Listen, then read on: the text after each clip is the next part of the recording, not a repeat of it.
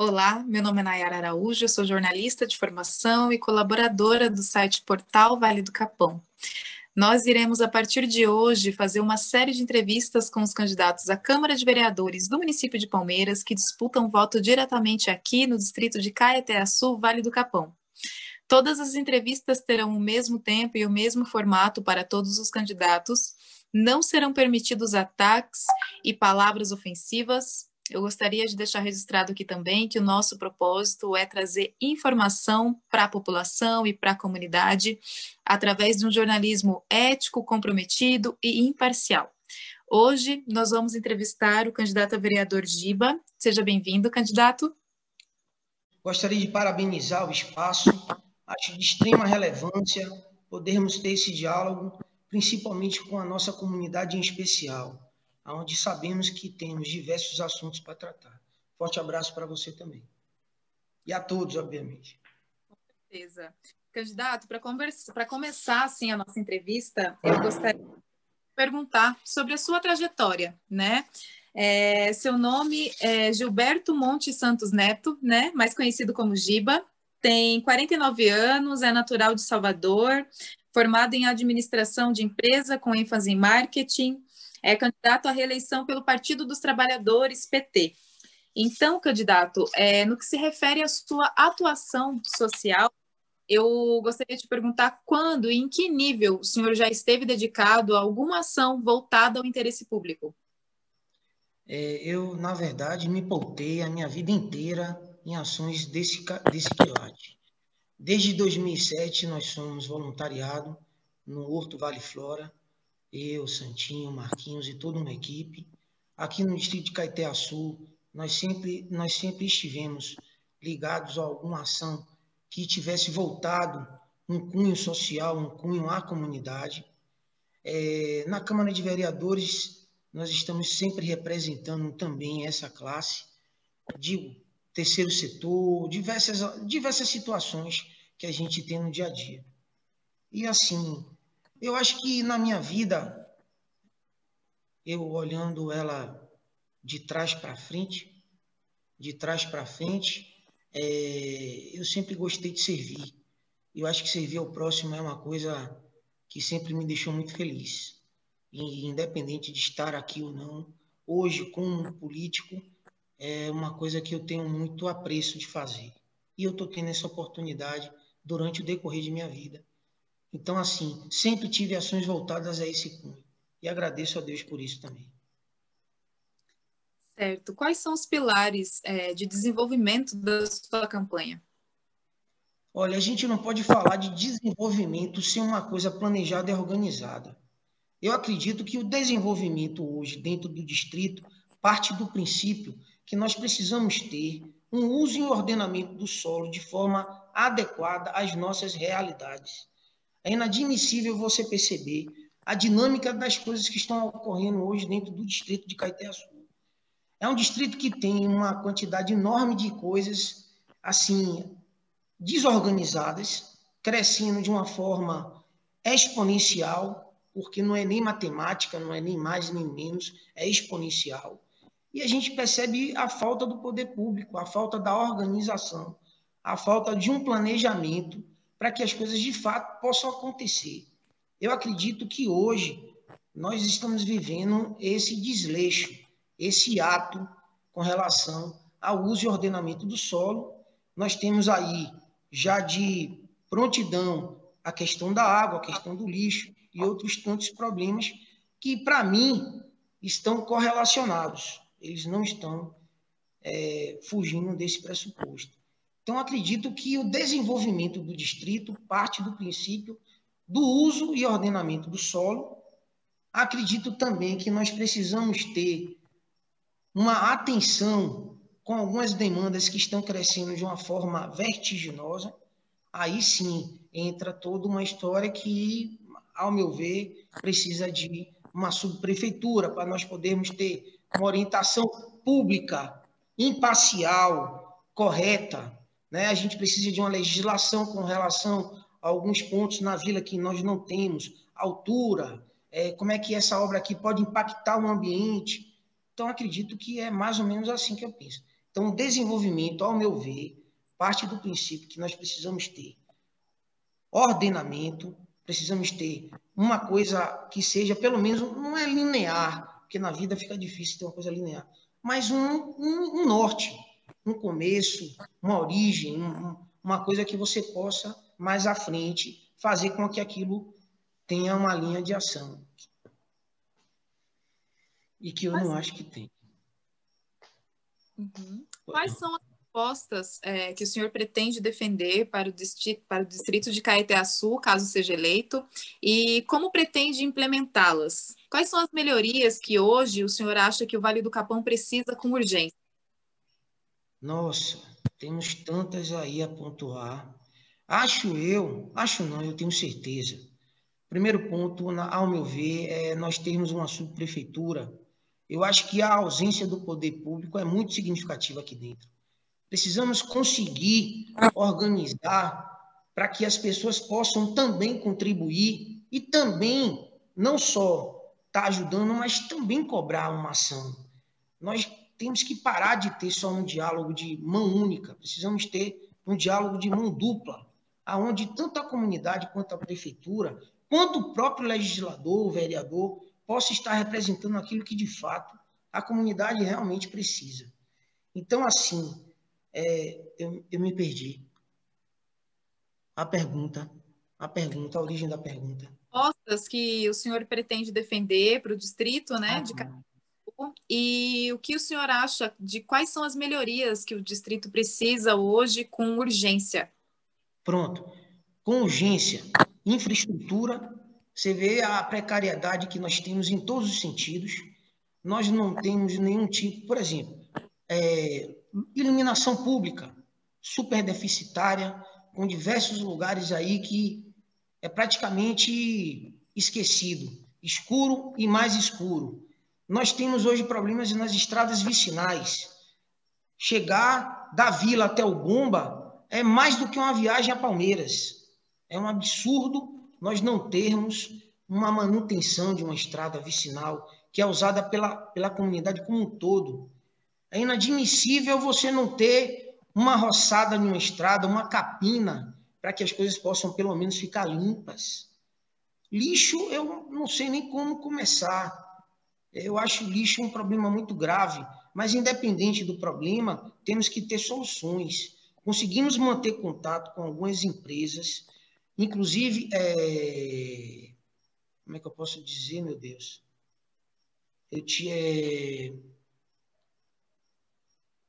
Tipo ONGs, eu me esqueci o nome, me fugiu o nome, mas pessoas assim que não têm vínculo financeiro, trabalham com comunidade, justamente para trazer esses projetos a nível de resíduos sólidos, porque eu tive conversando com algumas pessoas e esse material que a gente acaba mandando a Palmeiras, muitas vezes seriam coisas que poderiam ser resolvidas aqui mesmo, de uma triagem, enfim, de uma maneira menos poluente, né, menos agressiva como está sendo hoje.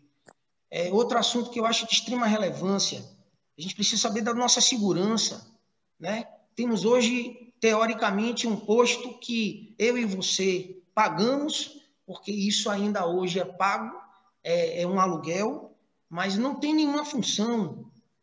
Tinha alunos, tirou os alunos dali para colocar o policiamento. Eu não vi esse policiamento em momento algum ter operacionalidade.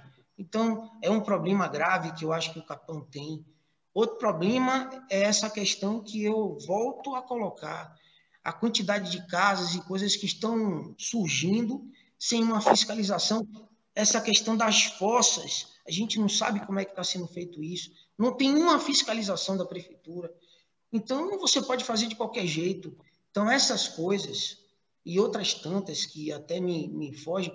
Por exemplo, nós temos hoje um posto de saúde reformado, parabéns. Mas e o conteúdo do posto? O que é que pode estar propiciando? O físico é necessário, mas eu acho que o conteúdo é de extrema relevância. Quero aqui parabenizar todos os profissionais de saúde, que eu sei que fazem um excelente trabalho. Não é isso que eu estou dizendo. Eu estou falando agregarmos mais coisas, colocarmos mais serviços à disposição da comunidade. Eu acho que nós temos que pensar dessa maneira. Outra coisa que me chama muita atenção, e eu gostaria de colocar, é essa questão da queda, uma tensão que existe. Existe já uma prerrogativa na Coelba, e a gente precisa do apoio público, do público e do poder público, no caso da prefeitura e de todos que estão ali, para fazer uma cobrança para nós melhorarmos essa nossa rede elétrica, que é muito precária. A Coelba aqui fez mais ou menos o que quis. Eu posso te dar um exemplo. Tem lugares que a rede secundária deveria passar, não passa, passa a primária, porque não houve fiscalização. Então, assim, tem muita coisa, mas tem muita coisa boa também. Graças a Deus por isso. Mas nós precisamos focar nessas melhorias. Esse é o meu entendimento. E qual a sua avaliação da atual gestão da Prefeitura de Palmeiras e do governo Jair Bolsonaro? Que boa pergunta, boa pergunta.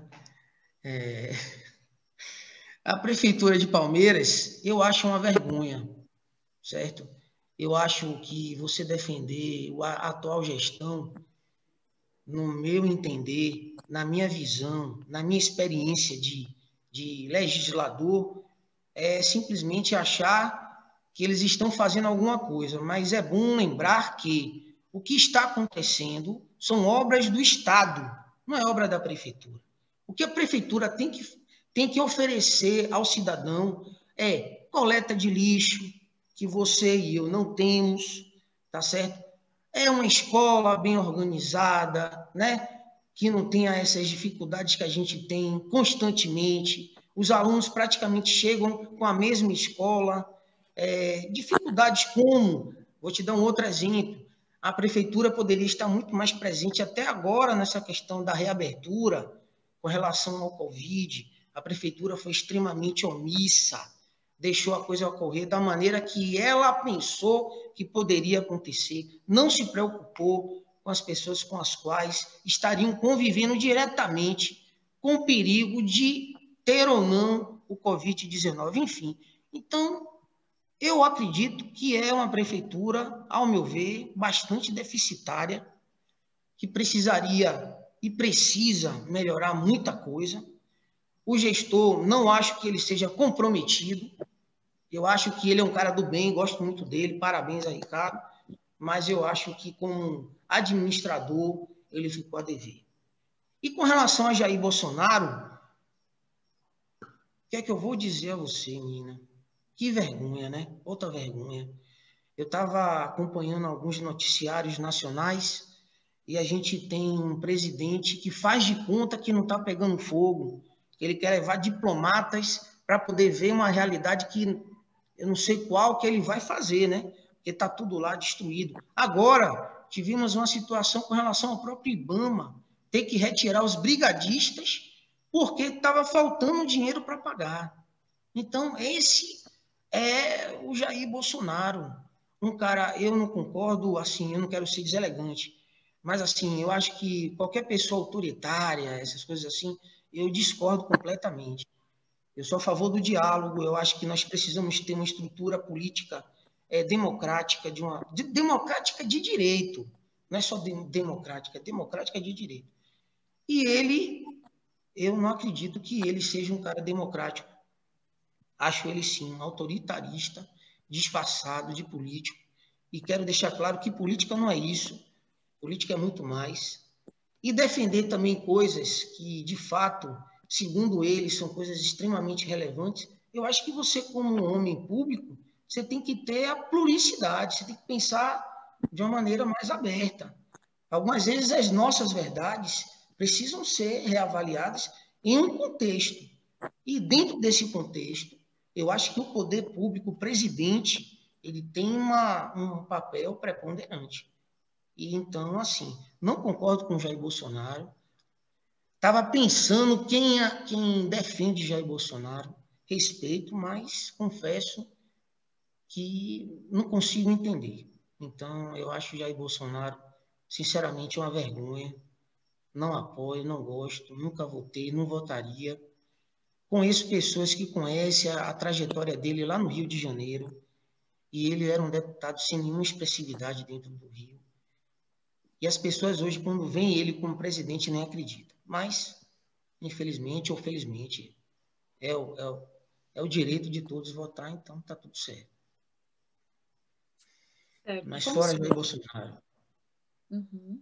Fora Como o Jair senhor Bolsonaro. as ações e a atuação do atual prefeito do município de Palmeiras no combate ao Covid-19? Aqui eu quero fazer uma ressalva a algumas pessoas antes de falar do atual gestor. Nós sabemos que a Secretaria de Saúde e outros órgãos, outras secretarias ligadas à administração pública, elas, de uma certa maneira, fizeram o que podia, se esforçaram dentro daquilo que, na sua possibilidade, elas poderiam estar fazendo. Mas, ao meu ver, precisamos entender que, se não tem um poder público, no caso o gestor, realmente preocupado com a questão, é muito complicado você trabalhar, sendo que vamos dizer assim, o seu coordenador pensa de um jeito e você faz de outro. Aliás, voltamos até Jair Bolsonaro, inicialmente lá com os primeiros os primeiros ministros, que ele falava uma coisa, o ministro falava outra. No final das contas, o ministro perdeu. Depois, entre o perdeu. Aqui não teve essa possibilidade, porque não tem como. Mas a verdade é que se dizia uma coisa e fazia outra. Para minha surpresa, porque eu achei que um município com 0,6 FPM, classificado como muito pobre e em condições bastante complicadas, teve um aporte financeiro de recursos com relação à Covid-19 muito significativos. Então, assim, eu tenho aqui os valores que foram me passados a nível da Secretaria de Administração e Finanças da Prefeitura de Palmeiras, e tem parcelas aqui de R$ 943 mil. Fora outras tantas que chegaram também. Está aqui, até se for o caso, a gente pode até explicitar elas. E assim, eu sei que teve ações pontuais, mas nós sabemos que, por exemplo, hoje precisaríamos ter uma barreira ou restritiva ou sanitária, mas que a prefeitura desse um aporte, um apoio financeiro, uma presença, a gente não tem.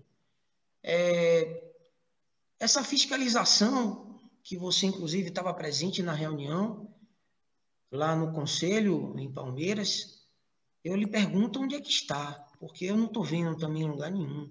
Você viu que veio agora, chegou, né? Chegou ontem o protocolo, o decreto e tal. Como é que você tem uma porta aberta e você não se programou para nada? Eu, sinceramente, lamento. Então, assim, com relação ao Covid, eu acho que a Prefeitura Municipal de Palmeiras, não é que ela tenha sido ineficiente. Ela trabalhou, fez a parte que cabia, mas o gestor desfez esse trabalho.